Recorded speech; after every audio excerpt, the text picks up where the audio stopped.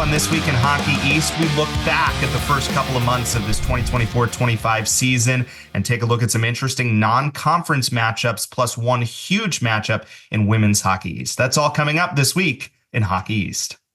Welcome to this episode of This Week in Hockey East. I'm Bridget Prue here with Eric Galanti. And because we're almost at the halfway point of the season, we're at that traditional Thanksgiving holiday break, we want to take a look at where some of the men's teams and women's teams are, kind of just a season recap for what Hockey East has been so far this year. And we want to start by talking about one of the best players who's continued to shine throughout the season and potentially the front runner for the Hobey Baker. I think he's the front runner right now. We're going to talk about Ryan Leonard.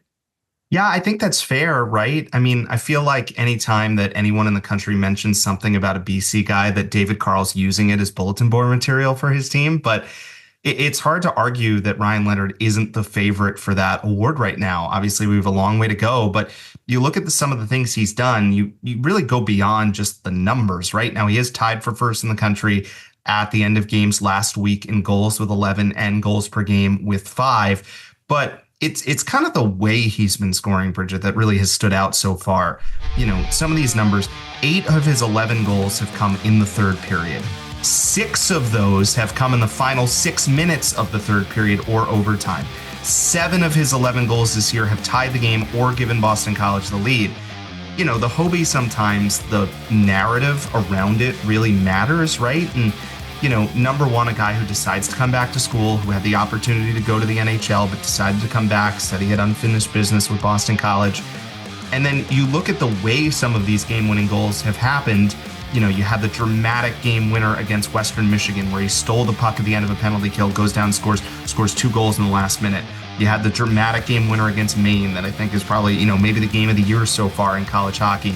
Even the dramatic game winner he had against Providence, which I think you had to watch 5 or 6 times to realize what he was actually doing on the game winners. So I think at this point, it's hard to argue that he's sort of the guy. Now, the thing that stands out is he may not even lead his own team in points, which, you know, may have affected Cutter Gauthier last year with Boston College. And obviously Perreault is right there and Higgins is right there. So that may factor in at some point, but I think he's the guy so far. Yeah, it is about the timely goals and the kind of goals he scored. The one at Providence, I was like, it looked really easy and really hard at the same time. If you haven't seen it, like he just taps it behind him and he somehow knew where everything was and so coordinated to hit it in, and it wins the game for him against another ranked team in Providence, who we'll talk about a little bit later. They're still in the top 10 in the country in the USCHO.com poll this week. But one other thing we want to get to for our season recap is talking about the BU Terriers, because they, like BC, were ranked in the top 3 in the country to start the season. And we want to just give you a snapshot of where their game's at right now. And so the offense has not disappointed. And we talked about Cole Eiserman coming in, trying to take up the point production that Macklin Celebrini had last year. Big shoes to fill in terms of freshmen that can score, and he's done really well this season. I think the BU offense has done well when you look at the numbers. Their shot percentage is highest in Hockey East, 12%. They have the 3rd best power play in Hockey East, 24%. That's a good number for them. And so on the offensive side of things, they've been able to keep it going kind of as expected coming into the season. When you look at the defense, it's a little bit different. The numbers are skewed in the other way. BU save percentage, 2nd to last in Hockey East. You look at their penalty kill, that's 2nd to last in Hockey East. So that's an area that they can improve on in the second half of the season to try to compete with a team like Boston College, or then when we actually get further down the line talking about what a national tournament run might look like for them, it would involve getting that defense to match the offensive power that they've had this season. I think the thing that Jay Pandolfo's mentioned the most is the starts, right? Like, we've seen them have the third periods. We even saw it against Merrimack last week, but it's just the starts have been there. And I feel like every press conference I've pulled up of his and tried to watch what he said, that's the thing he's talking about. How can we start better? How can we start better? We're after Thanksgiving now, which is kind of the point you can start to look at the pairwise a little bit. I'm changing our order on the fly here, but I think it ties into what you said, because the fact is that the first time you can kind of look at the pairwise here, it really shows you how well positioned some of these Hockey East teams. And let's just use BU as an example because BU's record is 6-5-1 right now. But because they've played so many really good non-conference opponents, they're 12th in their pairwise right now. They're ahead of teams like Providence, who has 2 fewer losses than they do. Colorado College, who has 3 fewer losses than they do as of this recording. Cornell, who's 4-2. I mean, I could keep going. Another great example is UConn. UConn comes in 17th in the pairwise right now outside, but they're 7-6-1. But they're where they are in the pairwise right now, sort of on the bubble. Take a team like Massachusetts, who's 6-6, but still 25th in the pairwise, ahead of a Clarkson team that's 9-4 this year. Even all the way down to Northeastern, who has a 2-6-3 overall record as of this recording, but is 28th in the pairwise. The top 11 in Hockey East, all 11 teams are within the top 33 in the pairwise. Yeah, and it's important. And when teams go into non-conference games, Hockey East teams are rooting for each other because the better they do, the higher ranked each one of those teams are, the strength of schedule just continues to get better for them. They want Hockey East teams to beat those non-conference opponents. It brings everybody's pairwise rankings up. Yeah, and I think just as a final point, I mean, I think the team we have to talk about is Lowell, right? Not that Maine hasn't been really impressive, not that Providence hasn't been really impressive, but, UMass Lowell, that win against UConn on Saturday, that's their 9th win of the season. They already exceeded last year's win total. They're still 3rd in Hockey East, 12th nationally in scoring. They haven't been close to that in a really long time. They've always relied on their defense. Early on, it was Chris Delaney. Okay, you got this really impressive player, but now he actually hasn't scored in a little bit, and their offense has stayed at that point in the national picture. They've had a lot of different guys who have contributed. So, it's starting to seem more and more like this is real with Lowell. And, we're going to talk about next week. They'll have their home-and-home series with Boston College. I think that's going to be fascinating to see what they do there and another big-time test for them. But, the big thing is just there's a lot of teams that have reason to be excited, and there's a lot of teams that maybe, wouldn't seem like they have as much reason, and yet you can see a path for them turning it around, which is going to make the second half of the season so interesting. When we come back, we're going to have a similar conversation with what we've seen on the women's side so far. Is there a clear top 4? Are other teams ready to emerge? That's all coming up on This Week in Hockey East. Welcome back to This Week in Hockey East. Let's kind of continue our discussion of what we've seen so far this season across college hockey. On the women's side, so far there are a top 4 teams in Hockey East, Bridget, and those same 4 teams are the 4 ranked in the USCHO.com poll this week. So is there kind of a top 4 that's emerged in Hockey East? Well, I guess you could say that right now it looks like there is. And those are the teams that have been playing the most consistently. They've been getting the wins. They've been getting the goaltending. So let's get into what teams those are. And it starts with, if we want to start with the rankings, BC is the highest of all the Hockey East ranked teams. They're at 11, but right behind them, it's kind of a pack of Hockey East teams. BU at number 13, UConn at 14, and Northeastern at 15 right now. So they're kind of clustered in the top 15 rankings in the USCHO.com poll, and they're also the top 4 teams in the Hockey East standings, with BU being slightly in the lead. They've had this lead that they've extended, and they haven't let it up. So they're first place in the Hockey East standings right now. They've gotten off to a great start. And there's a common theme with all of these teams, and it is that they've been getting great goaltending. And I want to go into some of the outstanding goaltending numbers the conference has seen so far, in particular in goals against average. And number 1 in the country in that category is Northeastern's Lisa Janssen, best goals against and save percentage in the NCAA. And then behind her, not so far behind, and also not a surprise, UConn's Tia Chan, 6th in the country in goals against average, a 1.34 GAA this year. And she's been pretty much at that her career. And then you go down a little further, BU's Callie Shanahan, 9th in goals against average in the country, PC's Hope Walensky. And that's a team that has a path to maybe bounce up a little bit further in the standings as the year goes on, especially if they keep getting good goaltending from Hope, who's at 12th best in the country in goals against average. And then Paige Taborski, also at Northeastern, has really great numbers still. So there's been a little bit of a goalie tandem going on at Northeastern, but potentially it doesn't really matter who you go with. It seems like they have 2 good goalies that are able to jump in the net. Yeah, and one of the reasons we talked about, is there a top 4 is because you have UNH right there too. And, speaking of goalies, Sedona Blair has shutouts in each of the last two games that she's played. So it feels like we were having this conversation last year too, that there's just a lot of good goalies in this league. And, I think Lisa Jonsson's the most amazing one because she kind of, in some ways won a job, or at least, if that's too far, then at least earned herself some playing time with Paige Toporski playing the majority of the games early in the season, as you talked about. So it is really amazing to watch this goalie. It makes the scoring at much more of a premium, which makes things more interesting. I think, as you mentioned, those four teams at the top, the one difference in terms of the rankings right now is that BC has those 2 wins over Clarkson, right? And those are the best 2 wins out of conference that anyone has so far. But the thing that's really exciting, and, this can transition into our next point because, we'll have this game on Saturday, is the fact that BC and Northeastern play on Saturday. All those teams have played each other a lot already this year.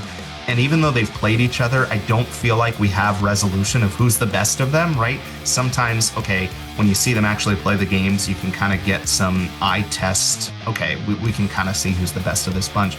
But I don't think we've seen that so far because, just BC and BU split, BC and UConn just split. So, I think we're still in the learning phase of which one of these teams could emerge as the top teams. It might be a true top 4 rather than a top one or two, and that should make things really exciting as we go through. Absolutely. We're going to talk about that game that we just mentioned, BC and Northeastern. They'll play a Saturday game. That is part of a big day of college hockey on NESN, including the Friendship Four, which we'll talk about as well coming up. You're watching This Week in Hockey East.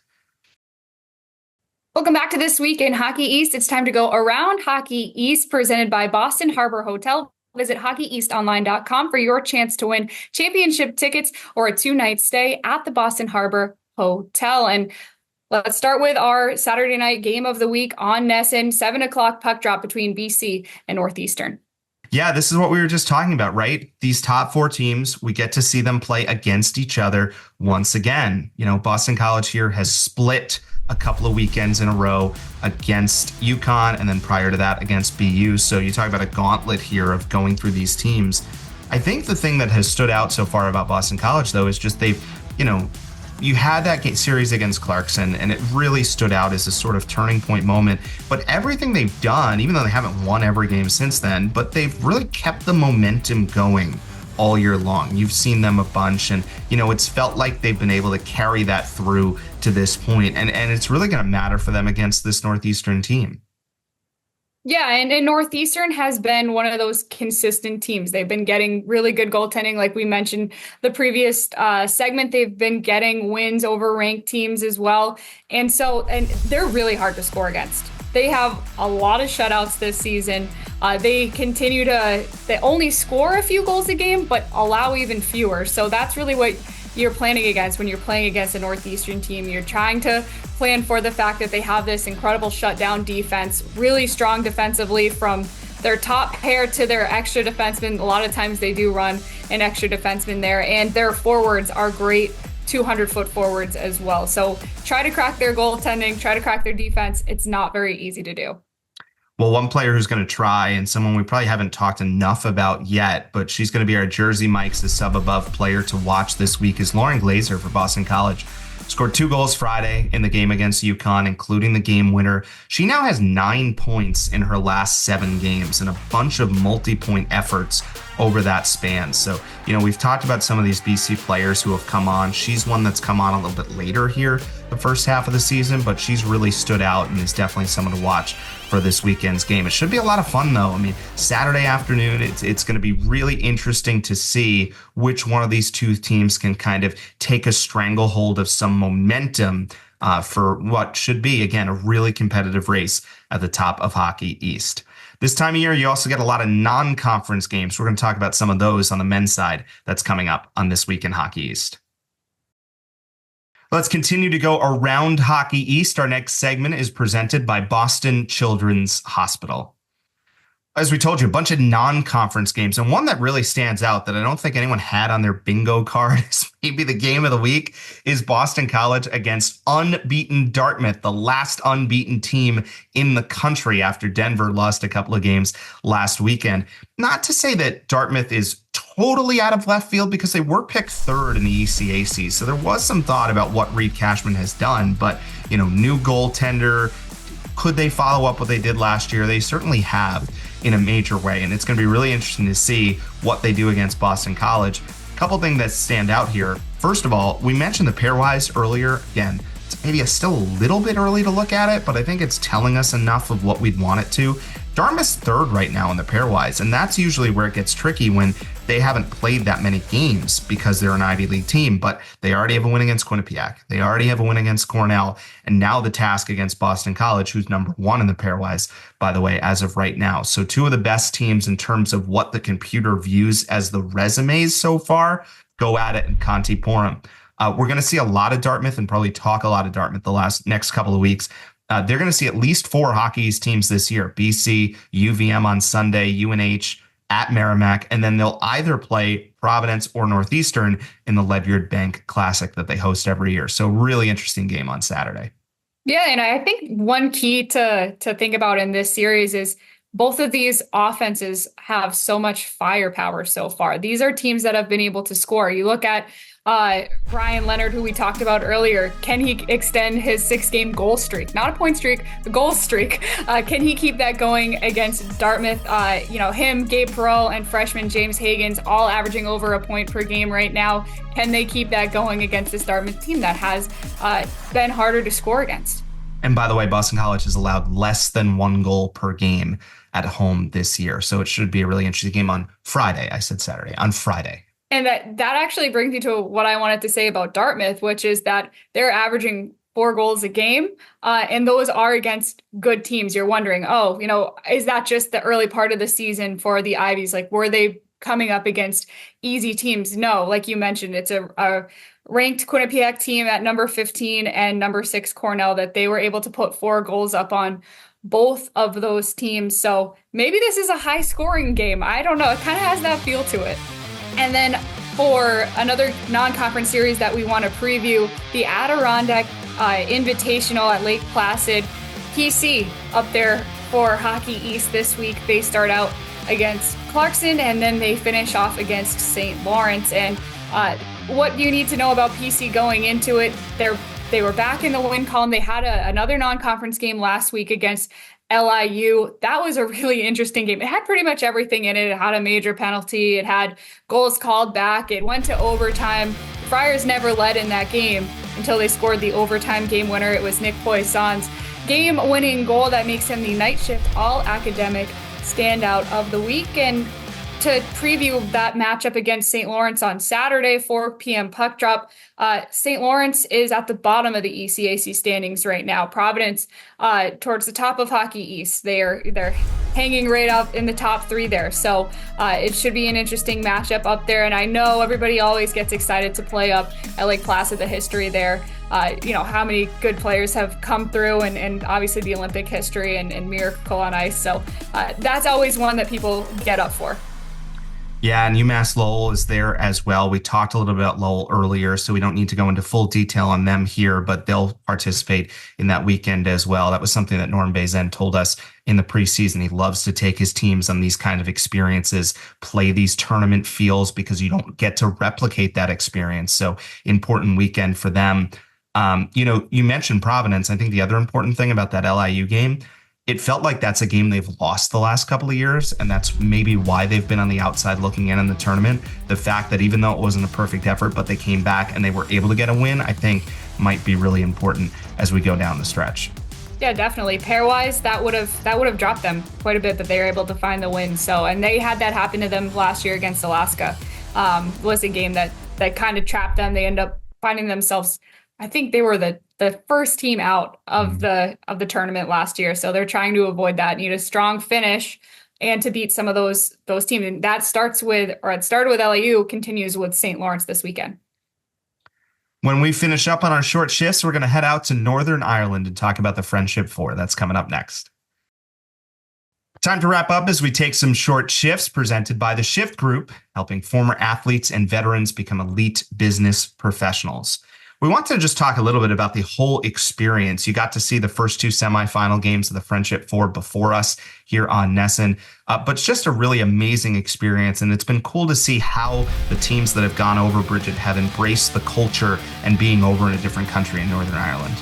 Yeah, they get to go to, I believe most of the teams flew into Dublin. They get to check out the city, the church is there, the castle's there, and probably some things that are more up there, Allie. And that starts with Merrimack. Merrimack's men's ice hockey team went to, it's a big soccer stadium. It's called the Gaelic Athletic Association at Croke Park, and it basically hosts Gaelic football, hurling, I think rugby, and it's the biggest stadium in Ireland. It seats over 82,000 people. I know hurling shares some similarities to hockey. Not exactly, but if you like hockey, you might also like hurling. So didn't we have hurling at Fenway Park a couple of years ago? We did have hurling at Fenway Park recently. They play with a stick too, but it looks very dangerous. I guess they probably look at hockey the same way. And then Boston University's team went to see something that I'm jealous about, the Game of Thrones studio tour. They got to walk through the set, which has, a lot of it is used in the real show, and a lot of the guys are there having fun. You see Aiden Celebrini in the picture enjoying his time, and Jack Harvey, and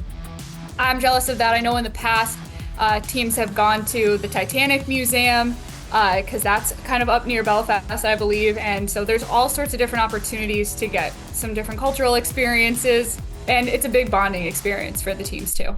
Yeah, absolutely. Do you want to give us who your Jon Snow in Hockey East is? Oh my gosh, I have no idea how to answer that. Maybe that'll be next week's episode.